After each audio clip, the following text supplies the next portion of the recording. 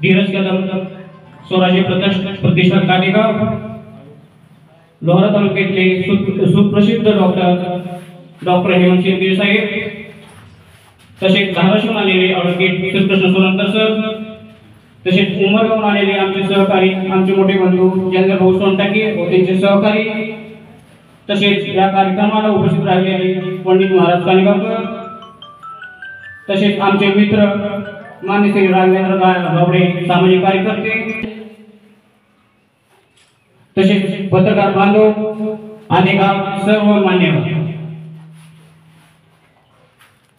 तसेच ज्यांच्या उपस्थितीमुळे कार्यक्रमाला शोभा येते, कार्यक्रम यशस्वी होतो असे गावातील तालुक्यातील लहान थोर ज्येष्ठ सर्व श्रोते,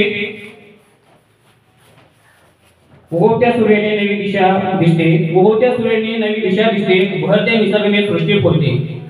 तुम्हा सर्वांच्या उपस्थितीमुळे स्वागताचे क्षण उजळलेले दिसले, स्वागताचे क्षण उजळलेले दिसते.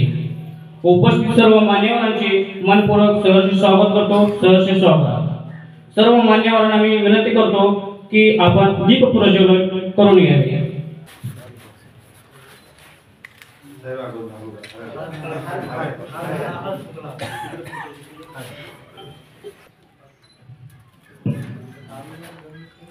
प्रोजेक्ट होता है, सर्वांना टाळ्याच्या गजरामध्ये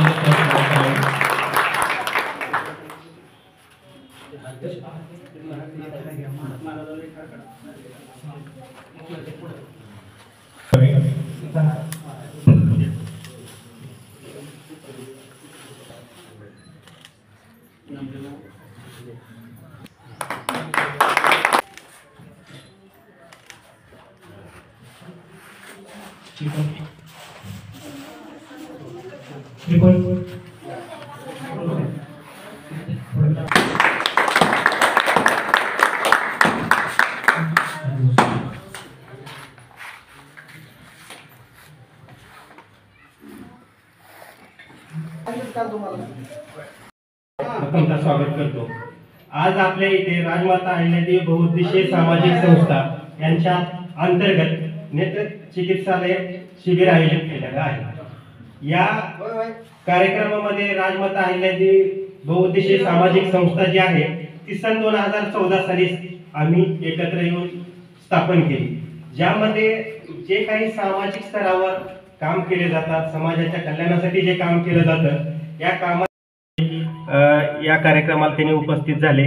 आमच्या संस्थेच्या वतीनं जे काही अनेक पुढचे जे आहेत कायदेविषयक शिबिर घेणे, समुपदेशन केंद्र चालू करणे, तसेच वधूवर सूचक मेळावे आयोजित करणे, असे पुढील उद्देश हे आमच्या संस्थेचे आहेत. अशा प्रकारे हे आमचा ज्या संस्थेचा परिचय आहे.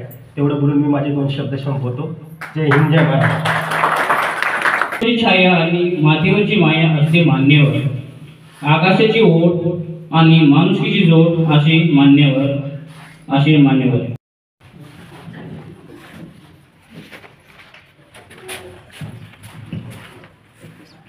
कुणाचं तरी येणं म्हणजे नुसतं येणं नसतं, कुणाचं तरी येणं म्हणजे नुसतं येणं नसतं, कुणाच्या काळजावर कोरलेलं एक लेणं असतं, तर लोकसेवेचे देणं असतं. असेच आजचे लोकसेवक सर्वात मोठे मान्य श्री रणजित कोळेकर साहेब.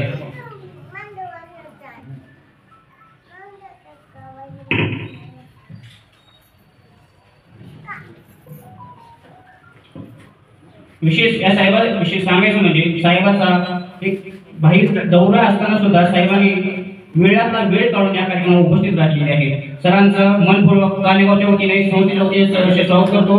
टाळ्याच्या गजरामध्ये साहेबांचं सहर्ष स्वागत करतो. इकडे पहा, इकडे समोर बघा, हा समोर बघा, इकडे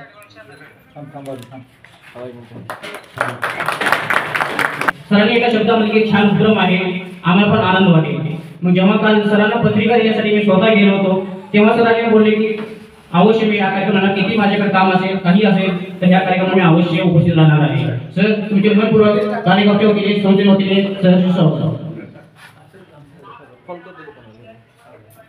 काही माणसं मोठी असतात कर्तृत्वाने, काही माणसं मोठी असतात कर्तृत्वाने, काही माणसं मोठी असतात नेतृत्वाने. प्रकाशले हे सगळं अशा माणसाच्या तेजाने सत्कार करा. म्हणून आपुलकीने आपल्या माना त्यांच्यापुढे झुकतात अशी मान्यवर म्हणजे आमचे लोहार तालुक्याचे माजी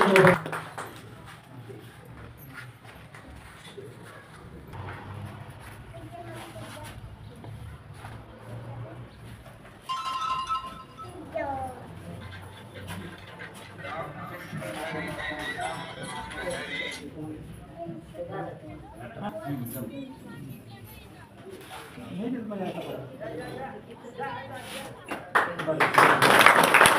समोर बघा इकडे. धन्यवाद सर.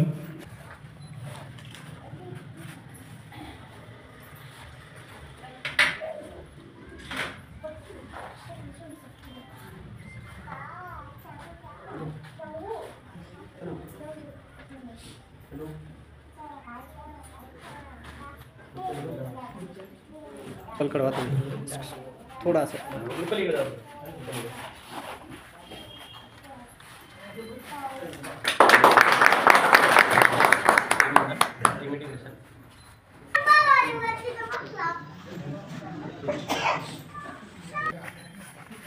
समोर बघा इकडे.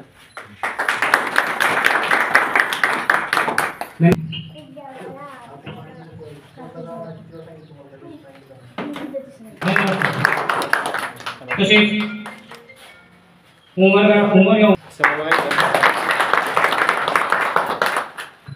इकडे. तसेच आज तुमचे जे नेत्र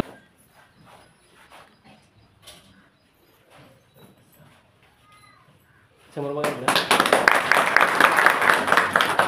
धन्यवाद सर. धन्यवाद. विनंती करतो. इकडे बघा समोर. आपा सन्मान करा सर.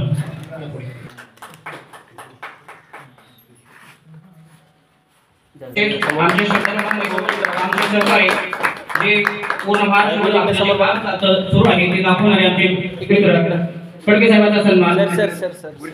एक पण सर आज खूप आनंद झाला तुम्ही आला. तुमचे कानेगाव नगरमध्ये स्वागत. खूप आनंद वाटतो तुम्ही आला. टेकाडे साहेबांना विनंती करतो त्यांनी आतमध्ये यावे. टेकाडे साहेब इकडे समोर बघा समोर.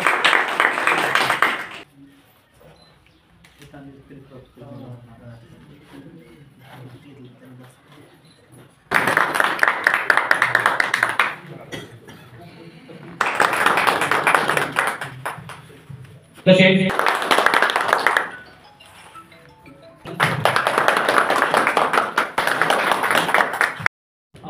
राजमाता अहिल्यादेवी यांच्या 300व्या जयंतीच्या अनुषंगाने आज या ठिकाणी नेत्र चिकित्सा शिबिर आयोजित केलेले आहे. त्याबद्दल खरंच मी या संस्थेचे आभार व्यक्त करतो. कारण कुठल्याही महापुरुषाची जयंती साजरी करताना समाजामध्ये प्रघात आहे फक्त डीजे लावणे नाचणे त्यामध्ये खूप पैसा खर्च करणे एवढंच करतात बरेचसे. आज म्हणजे महापुरुषांनी जे समाजाला उपयोगी जे कार्य केलेले आहे तेच कार्य आपण या दृष्टीने पुढे न्यायला पाहिजे आणि त्यांच्या जयंतीनिमित्त किंवा त्यांच्या कार्याचा आपण स्वतः आत्मसात करून सर्वसामान्य लोकांना किंवा जनतेला त्याचा कसा पद्धतीने फायदा होईल काहीतरी थोडाफार त्या दृष्टीने प्रयत्न करायला हवे. आपल्या पोल्युशन आधीमध्ये आज हा फक्त दुसरा कार्यक्रम आहे. यापूर्वी होळीमध्ये या ठिकाणी संभाजी महाराज जयंतीनिमित्त त्यांनी महाआरोग्य शिबिर आयोजित केलं होतं. त्यामुळे काहीतरी लोकांना फायदा झाला. त्या दृष्टीने आज एक कार्यक्रम या ठिकाणी नेत्र चिकित्सा शिबिर आयोजित केलंय. त्यामुळे मी खरंच खूप खूप या संस्थेचे धन्यवाद व्यक्त करतो. या ठिकाणी थांबतो. धन्यवाद. जयंतीनिमित्त आयोजित या नेत्र चिकित्सा शिबिराचे आयोजक त्यांचं सरांनी सांगितलं सर्वप्रथम मी त्यांचं आभार व्यक्त करतो की त्यांनी आपल्या कानेगाव गावात नेत्र तपासणी शिबिर आयोजित केले. तर आपल्या सर्व गावकऱ्यांनी या शिबिराचा लाभ घेऊन डोळ्याच्या संबंधित जे काही त्यांचं पुढील ऑपरेशन असेल किंवा त्यांना चष्मा असेल त्यानुसार आपले डॉक्टर जे आहेत ते तुम्हाला मार्गदर्शन करतील त्याचा सर्वांनी लाभ घ्यावा. आजच्या कार्यक्रमासाठी उपस्थित मान्यवर कार्यक्रमाचे अध्यक्ष बैरामजी लवळे आमचे मित्र सहकारी ज्ञानेश्वर कुकलारे या गावचे सरपंच नामदेवजी लोभी साहेब डॉक्टर श्रीगिरे वाघमोडे सर आणि इतर मान्यवर आणि गावकर बंधू भगिनींनो, अहिल्यादेवी यांच्या 300व्या जयंतीनिमित्त आज हा जो कार्यक्रम आयोजित केला आहे त्यासाठी मी सर्वांना शुभेच्छा देतो. अहिल्यादेवींनी ज्या पद्धतीनं समाजासाठी कार्य केलं त्याचा वारसा आपण जपला पाहिजे आणि तो कंटिन्यू केला पाहिजे. अशा विविध सामाजिक कार्यक्रमातून आपण समाजाचं काहीतरी देणं लागतोय आणि ते आपण केलं पाहिजे, त्याचं समाधान वेगळंच आहे. जसं मी प्रत्येकाला विनंती करेन की आपल्या महापुरुषांनी शिवाजी महाराजांपासून ते शाहू फुले आंबेडकर असतील त्या सर्वांनी एक समाजाचा घटक आहे मी आणि या समाजासाठी मला काहीतरी करायचंय या दृष्टिकोनातून काम केलं. तसं आपण प्रत्येकाने आपल्या पद्धतीने आपण जे काही करू शकतो ते करण्याचा सर्वांनी प्रयत्न करायचा आहे. आणि कानेगावला जसं धार्मिक पार्श्वभूमी आहे तसंच इथं ती जपली पाहिजे. सामाजिक कार्यातही आपलं गाव काय माघारीवर असते तर या पद्धतीने सर्वांनी सामाजिक कार्य करून आपल्या गावाचं तालुक्याचं नाव कसं पुढे आणता येईल या पद्धतीने सर्वांनी प्रयत्न करायचा आहे. त्याच्यातील एक प्रयत्न आज या संस्थेमार्फत केला जात आहे आणि पुढेही करत राहतील अशी मी त्यांना शुभेच्छा देतो. आणि पुन्हा एकदा सर्वांना अहिल्यादेवीच्या 300व्या जयंतीनिमित्त शुभेच्छा देतो. आयोजकांनी मला इथं बोलवलं, मला सत्कार केला, सन्मान केला त्याबद्दल मी त्यांचं आभार व्यक्त करतो आणि थांबतो. जय हिंद, जय महाराष्ट्र. असलेले आपल्या लोहारा तालुक्याचे तहसीलदार, त्यानंतर उपस्थित असलेले API साहेब, त्यानंतर आपल्या गावचे सुपुत्र डॉक्टर श्रीगिरे सर, त्यानंतर उपस्थित असणारे सर्व मान्यवरांना सर्वांचे नाव ॲडव्होकेट साहेब आहेत, हे सगळेजण या ठिकाणी अहिल्यादेवीची 300वी जयंती आणि या जयंतीच्या निमित्तानं या ठिकाणी आपण नेत्र तपासणी शिबिर ठेवलेले आहे. खरं तर जी ही संस्था आहे ती प्रशांत अडसुळे सर यांनी मला फोन केला, मी सांगितलं की आपल्या गावामध्ये शिबिर ठेवायचं आहे. सर मला माहित आहे खूप महत्त्वाचं आहे, तुम्हालाही पुढे जायचं आहे आणि 5 मिनिट घेतो की लोकांना उद्देश या शिबिराचा कळायला पाहिजे. कारण आपण जितका वेळ आता दिलाय मी 5 मिनिट घेतो आणि या शिबिराबद्दल सांगतो की प्रत्येक गावामध्ये गेल्यानंतर डोळ्याचे इतके पेशंट आपल्याला सापडतात, इतके रुग्ण भेटतात की प्रत्येकांना काही ना काही आजार आहे डोळ्याचा. जसं आपलं वय 40 वर्ष होतं, 40 वर्ष झाल्यानंतर जसं आपल्या शरीरामध्ये बदल होत असतात तसं डोळ्यामध्ये आतमध्ये सुद्धा बदल होत असतात. त्यामुळे लेन्स जे आहे त्या लेन्समध्ये बदल होतात आणि आपल्याला वय 40 झालं की सगळ्या लोकांची एक तक्रार असते की मला जवळचं दिसत नाही. मला वाटतं तहसीलदार साहेब तुमचं वय 40 नसेल अजून, पण जेव्हा 40 वय होईल त्यावेळेस नक्की बघा ज्यांचं 40 वय त्यांना जवळ घेतलं की दिसत नाही आणि लांब गेलं की एकदम स्पष्ट दिसतं. हा सगळ्यांचा प्रॉब्लेम असतो, हा प्रेसबायोटिक आजार आहे. म्हणजे हे वयानुसार होणारे चेंजेस आहेत, तर त्यांना चष्मा वापरावा लागतो. त्यानंतर पुढे गेलं वय 60 झालं, 60च्या पुढे एज रिलेटेड म्हणजे जे कॅटरॅक्ट आहे आपण त्याला मोतीबिंदू म्हणतो, ही मोतीबिंदूची शस्त्रक्रिया जी आहे ती केलीच पाहिजे. प्रत्येकाला होणार आहे, तुम्हाला होणार आहे, मला होणार आहे. यामध्ये काय होतं तेव्हा स्पष्ट दिसणे असेल, दिसत नाही समोरचं क्लिअर, एवढे क्लिअरनेस नसल्यामुळे दिसत नाही. तर याला उपचार म्हणजे औषधाने मोतीबिंदू कमी होतो असं काही नाही. बरेच जण सर रुग्ण असे आहेत की आपल्याकडे भाग चांगला आहे. मी ज्यावेळेस अमरावती साईडला आपण धारणी वगैरे असं माहिती असेल त्या ठिकाणी इतके म्हणजे लोकांना जागृती नाही. ते लोक आजही म्हणजे मोतीबिंदू झाला दिसत नसलं की देवाचं करत बसतात किंवा काहीतरी बरेच आम्ही पेशंट पाहिले की देवाचं आहे वगैरे केलं पाहिजे, असे बरेच घटना पाहिल्या. पण खरं तर जोपर्यंत तुम्ही ऑपरेशन करणार नाही तोपर्यंत नजर तुम्हाला क्लिअर येणार नाही.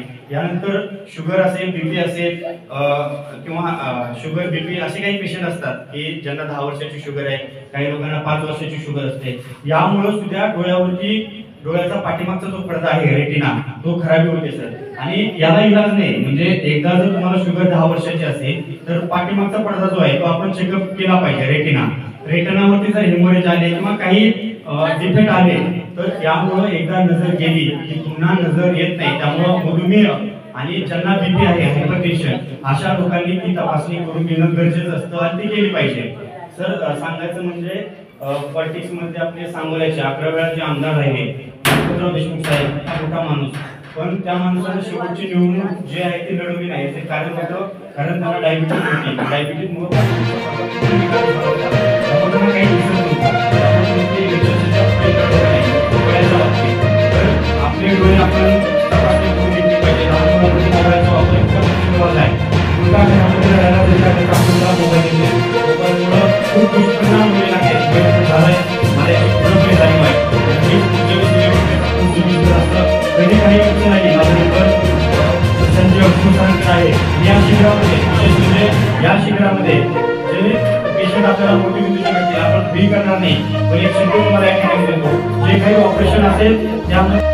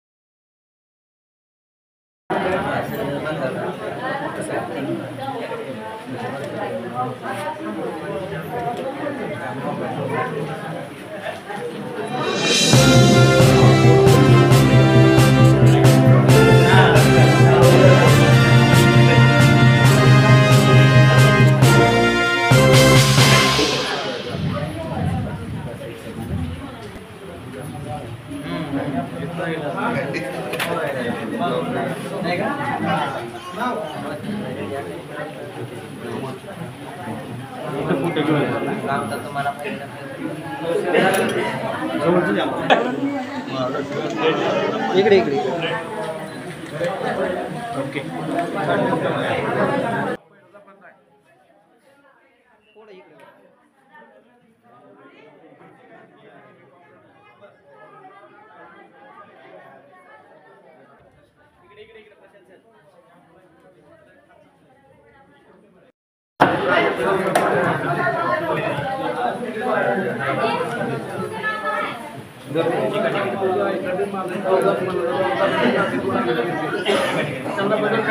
बदल करायला केला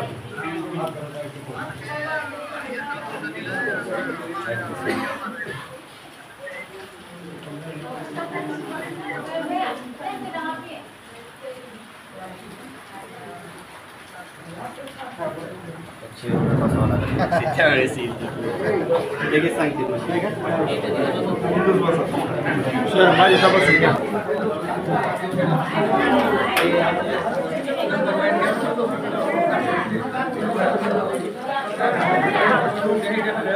माननीय तहसीलदार साहेबांचे डोळे चेक करत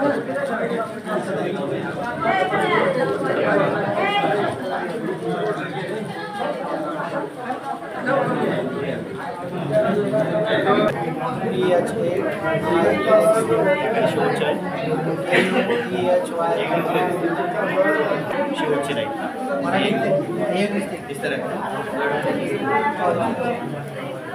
मराठी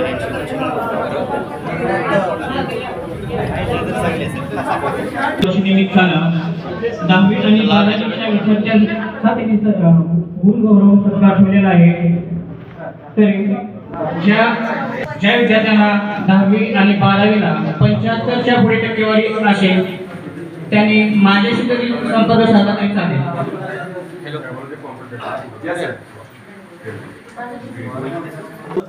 आज आपण कानेगाव या नगरीमध्ये नेत्रदान शिबिर राबवण्यात संदर्भात राजमाता पुण्यश्लोक अहिल्यादेवी होळकर यांच्या त्रिशताब्दी वर्षनिमित्ताने आज केवळ गाव नाही, तालुका नाही, जिल्हा नाही तर पूर्ण देशभर एक आनंदात आणि उत्साहात साजरी केली जाते. त्याच अनुषंगाने आज कानेगाव नगरीमध्ये श्री संत मारुती महाराज पावन नगरी या गावामध्ये आम्ही ठरवलं की अहिल्यादेवीच्या त्रिशताब्दी वर्षनिमित्तानं आपण एक नेत्र चिकित्सा राबवण्यात यावं. तसेच अहिल्यादेवीने केलेलं कार्य, अहिल्यादेवीने केलेला संघर्ष, अहिल्यादेवीचा जो कार्यकाळ होता 1725च्या पुढे, म्हणजे अहिल्यादेवी केवळ धार्मिकच मध्ये नव्हते तर अहिल्यादेवीने केलेलं समाजासाठी, पशुपक्षासाठी, प्राण्यासाठी केलेलं योगदान असेल. त्याच पद्धतीने अहिल्यादेवीचा एक संकल्पना, अहिल्यादेवीची एक प्रेरणा घेऊन आम्ही हा उपक्रम सुरुवात करतो. त्याच पद्धतीने आम्ही जे अहिल्यादेवीच्या संस्थेच्या माध्यमातून विविध उपक्रम राबवतो. कारण त्यांच्या आचार आणि विचाराने आम्ही प्रेरित होऊन पूर्ण केवळ गाव नाही, तालुका नाही, जिल्हा नाही तर राज्यभर आम्ही हे कार्याचं प्रसार आणि प्रचार करत आहोत. त्याचं एक आम्हाला समाधान वाटतं की एक संघर्ष काळामध्ये एक स्त्री काय असते, एक कठीण काळामध्ये अहिल्यादेवीने केलेलं कार्य एक समाजाला, एक देशाला, एक माणसाला किती प्रेरणा देऊ शकते हे आम्हाला त्यातून लक्षात येते. आता त्याच्यामुळे संकल्पना मांडली. इतर काय करता येईल का आपल्या संहितेच्या माध्यमातून? अहिल्यादेवीच्या प्रेरणा कसं आहे, पूर्वीपासून अहिल्यादेवीने आपल्याला अनेक योजना राबवून दिलेल्या आहेत. त्याच्यामध्ये घाट असतील, मंदिराचे जीर्णोद्धार असेल, त्याच पद्धतीने वृक्षारोपण असेल, हुंडा पद्धतीचा विषय असेल, त्या तसेच मूल दत्तक घेण्याची प्रथा असेल, हे अशा अनेक अहिल्यादेवीने जो आम्हाला आदर्श घालून दिला आहे की मानव जातीसाठी, म्हणजे आपण जात धर्म पंथ न मानता केवळ मानव हितासाठी, मानव कल्याणासाठी आणि पशुपक्षी मुख्य प्राण्यासाठी आपण जो अहिल्यादेवीने कार्य केले तोच आम्ही वारसा पुढे चालवणार आहोत.